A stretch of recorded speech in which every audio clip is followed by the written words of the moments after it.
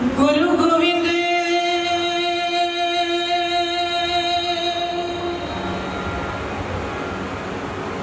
दोनों खड़े,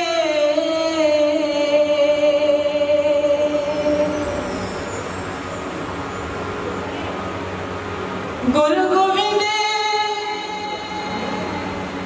दोनों खड़े, मैं किसकी लागू पाए,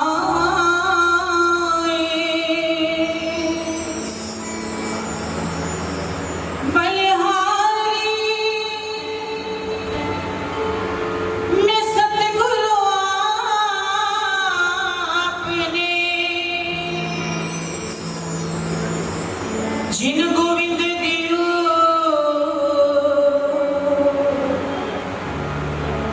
मिलाए,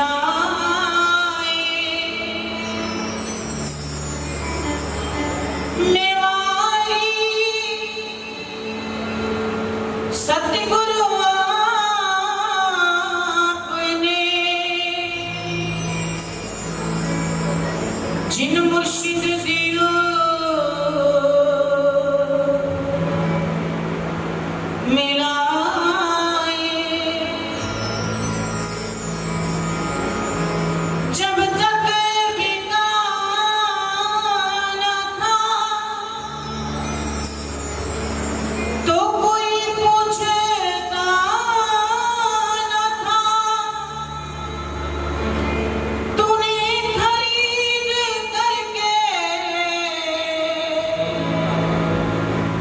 मुझे अनमोल कर दिया है, प्यारे तूने खरीद करके मुझे अनमोल कर दिया है, वे सांची दरबार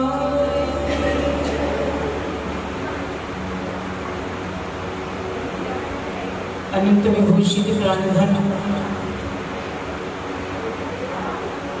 श्री नगरी निवासी भगवान जी, गढ़वासी मेरी श्री नगरी निवासी भगवान जी के चरणान बिंदों में कोटि कोटि नमन।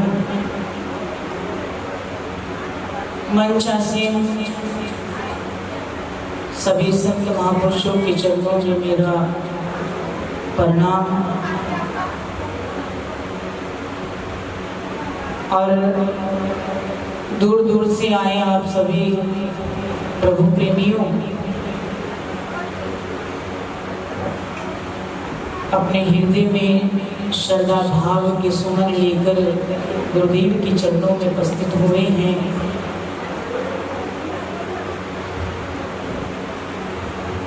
तो आज हम स्वामी जी के चरणों में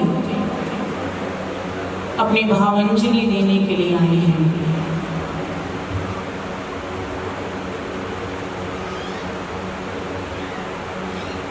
हम क्या दे सकते हैं गुरु को? गुरु ने जो हमें दिया है वो ही दे सकते हैं।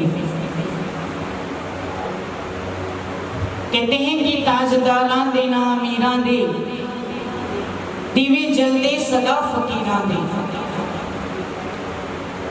कितने बड़े बड़े बादशाह शहंशाह के चले गए, आज देखो किले वीराने पड़े हैं,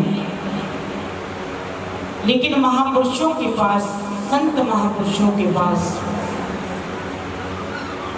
ऐसी गुरु की भक्ति होती है, वो इतनी भक्ति वो करते हैं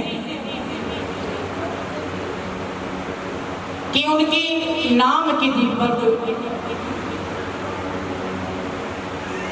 जलते रहते हैं, जलते रहते हैं। तो ताजदारां दे ना अमीरां दे, जीवे जलदे सदा फकीरां दे। जिन महापुरुषों ने अपनी जिंदगी गुरु के चरणों में सौंप दी होती है, और गुरुदेव को भी पूरा ध्यान होता है अपने प्यारों का। तो वो भी जैसे हम देते हैं उन्हें, वैसे वो हमें लुटा देते हैं। महापुरुष कुछ नहीं रखते।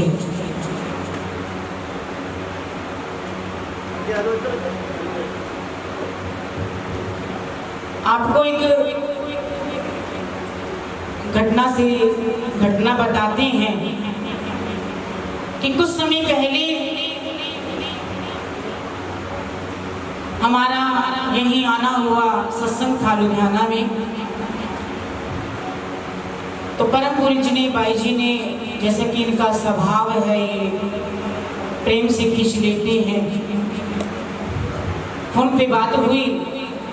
इन्होंने कहा कि होके जाना है आश्रम पे, तो आना होगा। मेरे साथ एक परिवार आया हुआ था, परिवार की एक बिटिया थी, मेरे साथ ही थे। ऐसे ही स्वामी जी महाराज जी की समाधि पर माथा टेकने के लिए गए, तो बिटिया मेरे साथ थी। मेरे मुंह से सहज स्वभाव निकल गया कि तेरी यहाँ बेटी है तो स्वामी जी के चरणों में बैठे हो तो मांग लो अगर मन में कुछ इच्छा है। उन्होंने माना। 1 साल के अंदर वो मन्नत उनकी पूरी हो गई। बिटिया थी तो क्या मांगा, बेटा मांगा। बाई जी भी वहां बैठे हुए थे। मैंने कहा समाधि से लगा के फल इसकी झोली में डाल दो। तो 1 साल के बाद बेटा उनके यहाँ हुआ।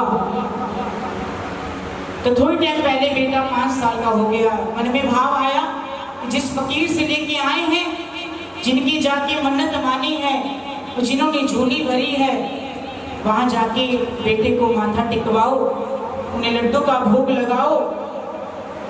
तो मैंने बिटिया को कहा, मैंने कहा चलो साथ चलते हैं।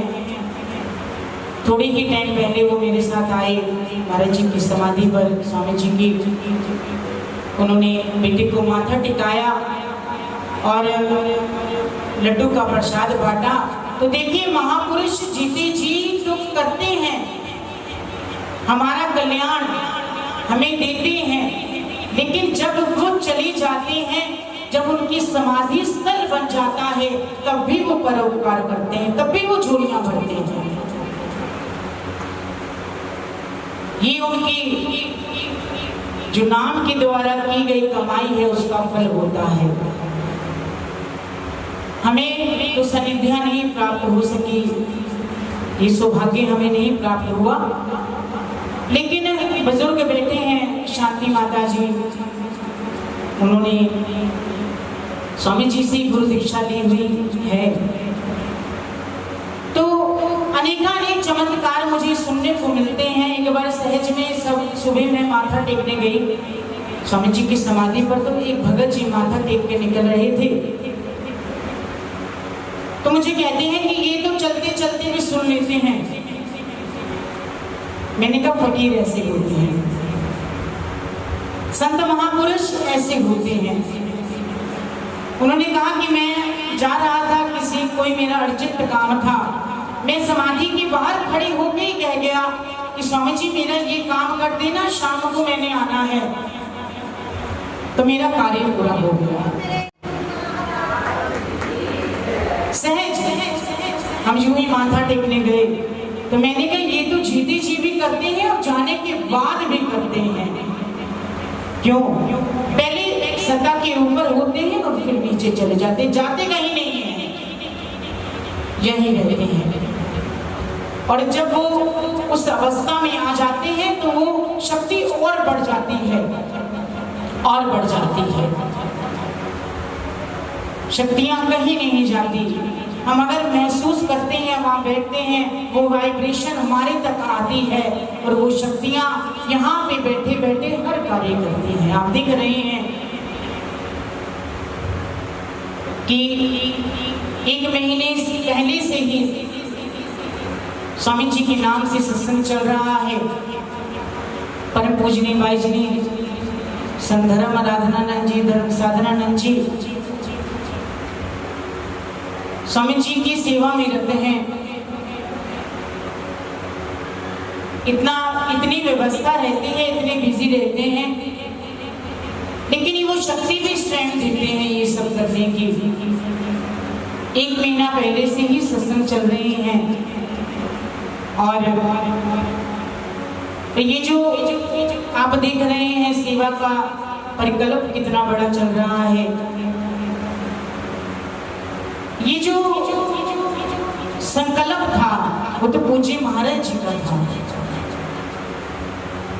पूज्य महाराज जी का था और उस संकल्प को आगे बढ़ाने के लिए श्री गुरु महाराज जी ने, स्वामी जी ने, श्री महाराज जी ने इनको शक्ति दी है, इनको माध्यम बनाया है। तो देखिए आज यहाँ की रूपरेखा लगे है। ये तभी हो पाता है, कहते हैं कि जहाँ इंसान का धन लगता है वहाँ उसका मन लगता है। तभी गुरुदरबार बनाए जाते हैं, गुरुद्वारे बनाए जाते हैं, मंदिर बनाए जाते हैं। ऐसा नहीं है कि कोई एक बंदा उसको नहीं बनवा सकता, बनवा सकता है। प्रभु का घर बन रहा है, किस चीज की कमी है? सतगुरु तेरी गली में, जिसकी गली में किसी चीज की कमी नहीं है तो उसके दर पे किस चीज की कमी हो सकती है? लेकिन महापुरुषों का ये संकल्प रहता है, ये इच्छा रहती है कि ये जो सेवा का परिकल्प चल रहा है इसमें सभी का थोड़ा थोड़ा थोड़ा थोड़ा डलेगा। जब सबका थोड़ा थोड़ा डलता है तो उस दर पे सबका हक होता है, क्योंकि जहाँ इंसान का धन जाता है वहाँ उसका मन जाता है। सब आते हैं इस दर पे सजदा इसीलिए करते हैं, चौखट पे सजदा इसीलिए करते हैं कि इस दरबार में सबका हक बराबर है। मुझसे पूर्व परम पूजनीय बाई जी बता रहे थे कि स्वामी जी का स्वभाव ही इतना सरल था कि वो सबको प्यार लुटाते थे, सबको, कोई भेदभाव नहीं। और अधिक साधन भी उन्होंने नहीं चुनाए हुए थे, क्योंकि फकीर तो अपनी मस्ती में रहते हैं।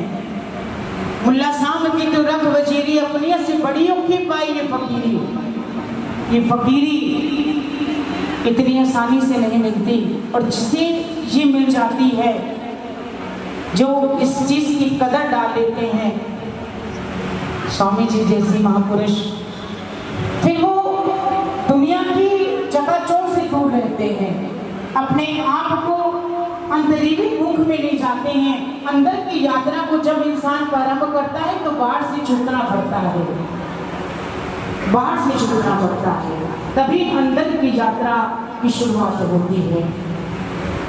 मैंने सुना अपने बड़े महापुरुषों से कि वो अधिक नजदीक नहीं किसी को आने देते थे, और संत पुरुष आने भी नहीं देते, क्योंकि नजदीक आएंगे तो वो जो अंदर से जुड़ी हुई तार है वो लूज हो जाती है।